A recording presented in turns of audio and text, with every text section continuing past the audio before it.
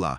Hoje a gente vai mergulhar assim bem a fundo no capítulo 2 de um e-book, Deus na Gestão da Empresa. E olha, o título do capítulo já chama atenção, né? Não é sobre religião, mas sim sobre fundamentos, princípios e valores milenares. A nossa ideia aqui é explorar essa proposta central. Como é que se junta fé e negócios? Mas, focando em princípios, em valores e não necessariamente em impor práticas religiosas no trabalho. O texto já começa ali falando de uma tensão comum, sabe? Aquela separação que muita gente faz. Vida profissional para cá, vida de fé para lá. Exatamente. E o texto argumenta contra isso, né? A visão que ele traz é que, para quem crê, Deus nos fez seres integrais. Então, trabalho, dinheiro, família, fé, tá tudo conectado. Não dá para separar em caixinha, sabe? Entendi. Essa ideia de integração faz sentido. Mas aí, bom, como é que o capítulo lida com aquele risco, né? De o ambiente ficar, sei lá, pesado ou até hostil para quem pensa diferente ou para quem nem tem fé. O próprio texto cita um exemplo negativo disso, não cita? Sim, cita. E esse é um ponto bem importante do capítulo. Ele faz um alerta, assim, muito claro contra o radicalismo, sabe? Ou aquela religiosidade meio excessiva. Menciona, como você falou, o caso lá dos donos que obrigavam todo mundo a orar junto. Aí a defesa central é, olha, uma empresa com gestão que se inspira em princípios cristãos não tem que virar uma igreja, tá?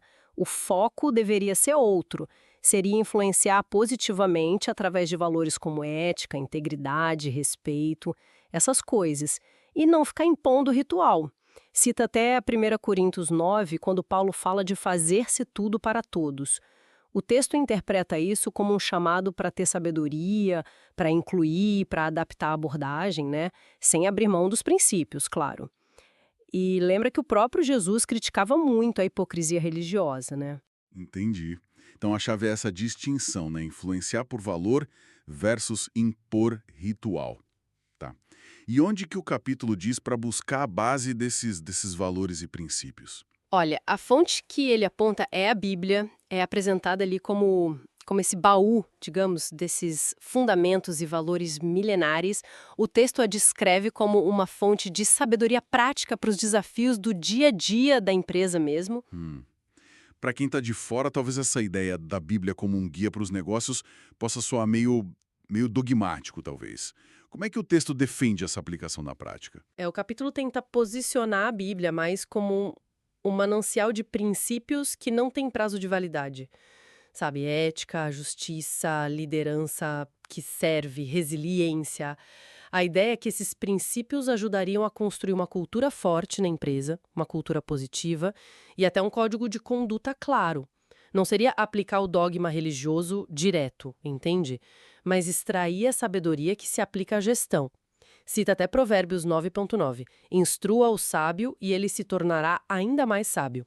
Para reforçar essa ideia de buscar sempre mais sabedoria e discernimento ali nesses ensinamentos e aplicar no contexto da empresa. E a liderança nisso tudo? Imagino que não basta ter só no papel, né, os valores e tal. Fundamental. O texto bate muito nessa tecla. A cultura só vira realidade com atitudes concretas, né?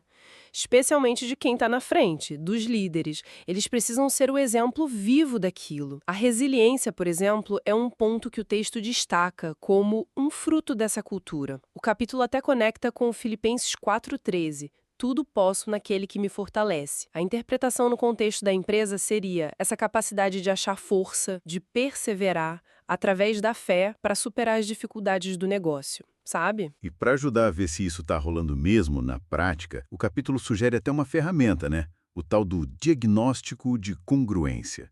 O que ele mede exatamente? É basicamente um termômetro para ver se o discurso bate com a prática. Se há coerência. Ele busca checar se o que os líderes falam, a fé que professam, está alinhado com o dia a dia da empresa. Pergunta coisas como: os funcionários percebem a empresa como ética, sentem que ela age de acordo com os valores que diz ter, e isso, claro, respeitando quem tem outra crença ou nenhuma. O ambiente é saudável, os líderes dão bom exemplo com as atitudes deles, eles combatem coisa errada, é tipo um check-up de integridade mesmo, do falar e do fazer. Certo. Então, se a gente fosse resumir a mensagem principal desse capítulo para quem está na gestão, Qual seria? Olha, a proposta central é buscar uma integração que seja genuína, que seja autêntica, dos princípios bíblicos na cultura e na liderança da empresa. O objetivo é ter um impacto positivo no ambiente, nas pessoas, mas sem forçar a barra da religião, sem coerção. É sobre construir o negócio em cima de valores como integridade, respeito, ética. E segundo o texto, essa base sólida pode trazer resiliência e até sucesso financeiro. Cita até um exemplo de uma venda milionária, um M&A, de uma empresa com essa filosofia, e faz referência a Malaquias 3,16, que fala de um memorial escrito para quem teme ao Senhor, sugerindo que essa fidelidade aos princípios é notada e pode trazer coisa boa.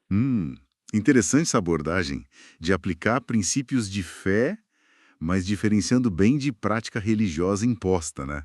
No mundo corporativo. A ênfase na autenticidade, no exemplo da liderança, parece bem forte mesmo. Exato. Reforça muito que o objetivo não é transformar a empresa numa igreja, sabe? Mas sim numa organização que seja ética, que seja resiliente e que tenha um propósito claro, que vá além só do lucro. Tudo isso baseado em princípios que a fonte considera atemporais. Fica aí uma reflexão, né? Inspirada por essa leitura do capítulo. Como será que viver de forma autêntica, os valores centrais, sejam eles quais forem, na verdade, poderia mudar não só a imagem, mas a capacidade de aguentar o tranco, a resiliência e o impacto real de uma empresa nesse mundo tão complexo que a gente vive hoje?